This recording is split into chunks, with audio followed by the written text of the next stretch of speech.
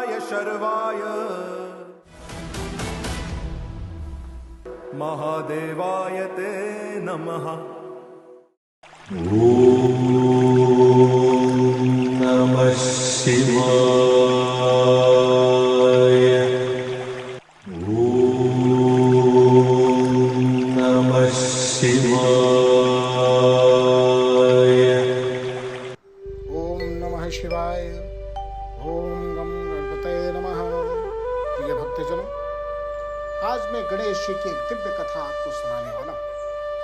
एक ऐसी कथा जो बहुत से भक्तों के लिए अनुपम है, अद्वितीय है, लेकिन वो उसके बारे में जानते नहीं, अपने गणपति को पहचानते नहीं। अपने गणपति की आराधना तो करते हैं, लेकिन उनके विषय में बहुत सी बातों से अनभिज्ञ रहते हैं, अनजान रहते हैं। मैं आज गणपति की कथा, गणेश जी की वह कथा आपको सुनाने जा रहा हूँ, जिस दिव्य कथा को सुनने के बाद आपके मन की बहुत सी भ्रांतियां दूर होंगी। और भक्तजनों, एक जो विवाद प्रपंच खड़ा किया जाता है कि उत्तर भारत में गणेश चतुर्थी मनाएं कि नहीं मनाएं, गणेश जी को घर में स्थापित करें कि नहीं करें, और स्थापित करें तो विसर्जित करें तो नहीं करें।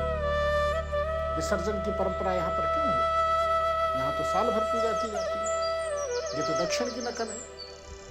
दक्षिण में गणेश जी गए थे, वहां से वापस आए, इसलिए वहां पर विसर्जन होना चाहिए। ऐसी बहुत सी भ्रांति। तो आज इस वीडियो में मैं बहुत ही विस्तृत कथा सुना करके आपके मन की सारी भ्रांतियों को दूर करूंगा, इसलिए आप अंत तक वीडियो को जरूर देखिएगा। ये कथा आपके जीवन में व्यापक परिवर्तन लाने वाली है। यह भक्ति के मार्ग पर आपको उन्मुख करने वाली है, आपको भक्ति के माध्यम से शक्ति प्रदान करने वाली है, सुख समृद्धि प्रदान करने वाली है। भक्तजनों, कैलाश पर्वत जन्म और मरण के चक्र से दूर, धरती का वो स्थान जहां मोक्ष बसता है, वहां न हर्ष का निवास है, न विषाद की छाया। सुख दुख से परे, क्रोध अहंकार जैसी कोई विकृति नहीं। वह कैलाश जहां महादेव समाधि में होते हैं, नंदी उनकी सेवा में होते हैं, और जहां रहती है पार्वती, सृष्टि का पोषण करती है मां पार्वती। लेकिन वहां परिस्थिति उस समय कुछ ऐसी हो गई कि महादेव तो समाधि में थे, पर देवी पार्वती विचलित भाव में। विचलित इसलिए क्योंकि उनकी पुत्री अशोक सुंदरी तपस्या के लिए चली गई, और पुत्र कार्तिकेय पिता से मतभेद के कारण मतभिन्नता हुई, कैलाश छोड़कर चले। सारे संसार को अपना परिवार, अपनी संतान मानने वाले महादेव के परिवार में ऐसा विखंडन, ऐसा बिखरा विचार मां पार्वती के मन में आ रहा था और विचलन पैदा कर रहा था। परेशान हो रही थी। वो आई तो थी महान सरोवर में स्नान के लिए, लेकिन अपनी ही कल्पना में खोई रही। वो सोचती रही कि काश मेरा एक ऐसा पुत्र होता जो मुझे मां होने का संपूर्ण आनंद है। मैं उसकी नटखट शरारतें देख देख कर मुस्कुराती, वो कैलाश पर मेरे साथ रहता, मेरा लाडला, मेरा प्यारा होता। ऐसा ही सोचते सोचते देवी पार्वती ने हल्दी चूर्ण के उबटन से एक बाल प्रतिमा बनाई, और कल्प वृक्ष के नीचे उनकी यह कल्पना साकार हो गई। वो प्रतिमा जीवंत हो उठी, और उसने तिलकते हुए देवी पार्वती को मां कहकर पुकारा, हे मां। और मां का वाक्य सुनते ही मां पार्वती भाव विह्वल हो उठी, प्रसन्न हो उठी। इस तरह जो महागणेश अभी तक शुभ कार्य की प्रथम क्रिया में शामिल थे, मंगल कलश की स्थापना में विराजते थे, यज्ञ की प्रथम आहुति के लिए आमंत्रित प्रथम देव थे, जो सिर्फ आस्था और भावना में शामिल थे, वह साकार रूप में शिव पार्वती बनकर रूप में इस तरह प्रकट हुए। उस दिन भाद्रपद मास के शुक्ल पक्ष की चतुर्थी दिन थी, और यही तिथि गणेश चतुर्थी कहलाती है। शिव पुराण, स्कंद पुराण और गणेश जी को समर्पित प्राचीन अथर्वशीर्ष संहिता में गणेश जी के जन्म और गणेश चतुर्थी के मनाए जाने और इसके महत्व की यही कथा अलग अलग संदर्भ में कही गई है। लोक कथाओं में गणेश जन्म और उत्पत्ति का ऐसा ही किस्सा मिलता है। गणेश जी और गणेश चतुर्थी की मान्यता भारत के हर कोने में है। वो बुद्धि विद्या के साथ ही धन संपदा और शुभता के प्रतीक है। गजाननं भूतगणाधिसेवितं कपित्तजम्बू फलचारु भक्षणम उमासुतं शोक विनाशकारकम नमामि विघ्नेश्वर पाद पंकजम। जम्मू कश्मीर से लेकर देश की दक्षिणी सीमा तक जहां भी कोई पूजन विधान होता है, इस गणेश मंत्र के साथ उनका आह्वान किया जाता है। सवाल उठता है कि जब गणेश जी की मान्यता पूरे देश में एक जैसी ही है, तो गणेश चतुर्थी का प्रभाव महाराष्ट्र और अन्य दक्षिण भारतीय राज्यों में क्यों अधिक है? हालांकि ये बीते 10 सालों में पर्व उतने विराट और विशाल तरीके से उत्तर भारत में भी मनाया जाने लगा, लेकिन जब से इस उत्सव ने भौगोलिक सीमाओं को तोड़ दिया है, तब से ही कुछ सवाल उठने लगे। अलग अलग तर्क दिए जा रहे हैं कि कहाँ पर मूर्ति की स्थापना होनी चाहिए, कहाँ पर विसर्जन होना चाहिए और नहीं होना चाहिए। सबसे पहले हम जानते हैं कि महाराष्ट्र में इस पर्व के बड़े पैमाने पर मनाने की वजह क्या है। असल में दक्षिण भारत के हिस्सों में गणेश जी की मान्यता काफी प्राचीन है। इसके वर्णन पौराणिक कथाओं में तो है ही, इसके साथ ही कई लोक और दंत कथाएं भी प्रचलित हैं।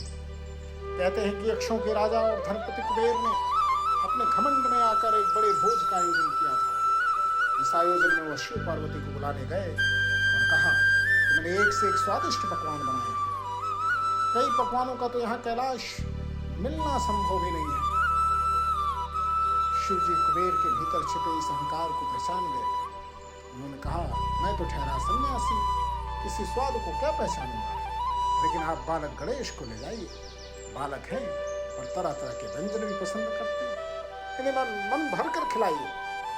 इस पर कुबेर ने गणेश जी को देखकर कहा, ये छोटा बालक, इनका तो एक दो पकवान चखने में पेट भर जाएगा। यहाँ जानना जरूरी है कि कुबेर का महल लंका में ही था, जिसे बाद में रावण ने हथिया दिया था। लंका उस समय तक यक्षों की नगरी हुआ करती थी, जिसे रावण ने कुबेर से छीन लिया था और फिर उसे राक्षस संस्कृति में बदल दिया था। गणेश जी कुबेर को लंका में ले गए और उन्होंने वहां उनका पूरा भंडार खाली कर दिया। गणपति ने पूरा भंडार खाली कर दिया और कुबेर का घमंड तोड़ दिया। कुबेर के घर भोजन करने जाने की उनकी कथा श्री गणेश के दक्षिण प्रवास की पहली कथा मानी जाती है। इसी दौरान से उनकी पूजा दक्षिण के प्रांतों में शुरू हुई। श्रीलंका में गणेश जी को आज भी पिल्लैयार नाम से पूजा और जाना जाता है। यानी भौगोलिक सीमाएं भारत के भीतर ही नहीं, भारत के बाहर भी गणपति की आराधना और पूजना। पिल्लई का अर्थ है बच्चा और यार शब्द अय्यर से बना है, जिसका अर्थ है स्वामी। तमिल में पिल्लैयार का अर्थ हुआ महान बच्चा या बच्चा स्वामी। ये नाम श्री गणेश का महानता से जुड़ाव दिखाता है। गणेश जी की किसी भी पूजा में प्रतीकों की बहुत मान्यता रही है।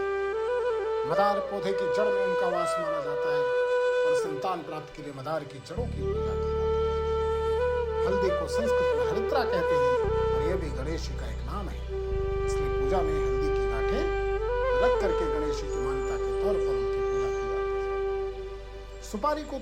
सुपारी को भी गणेश जी का प्रतीक माना जाता है।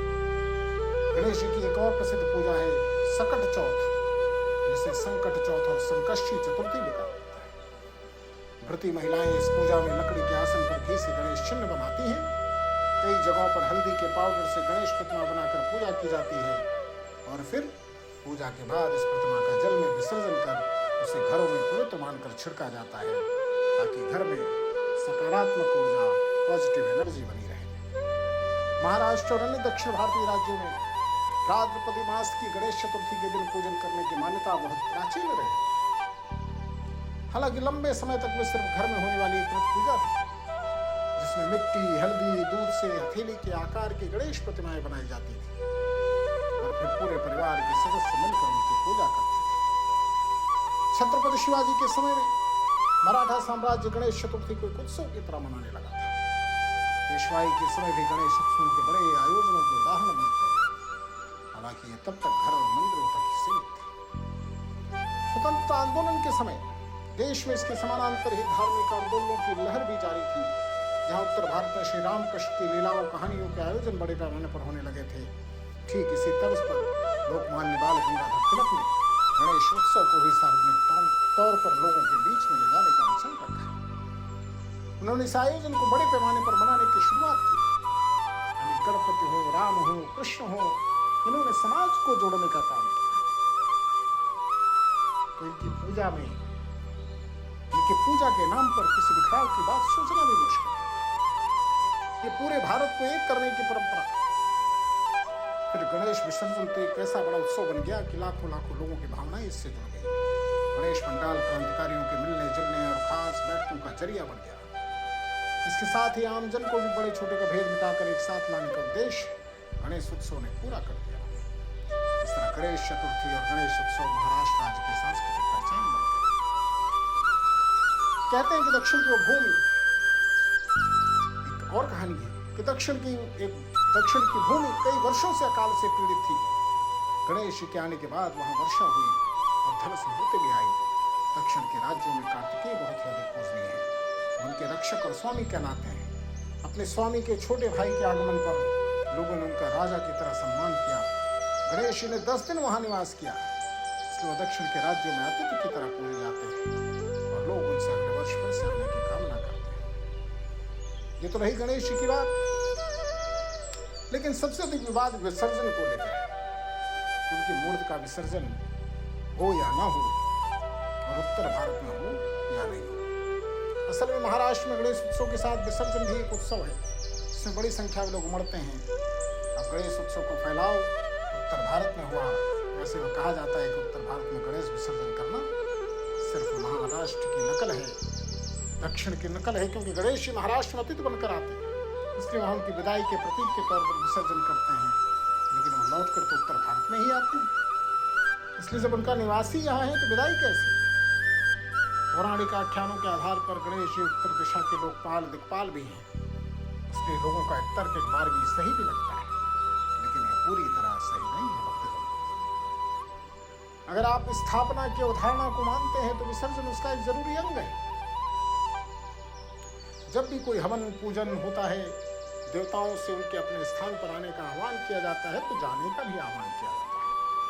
याम तु देवगणाः सर्वे पूजामादाय वाम किम ईष्ट काम प्रसिद्ध्यर्थ पुनरागमनाय च। अर्थात हे देवगणों, आप सभी की मैंने पूजा की, जैसी भी मुझे आती थी। आपसे प्रार्थना है कि मेरी पूजा को स्वीकार करें और अपने स्थान पर जाएं।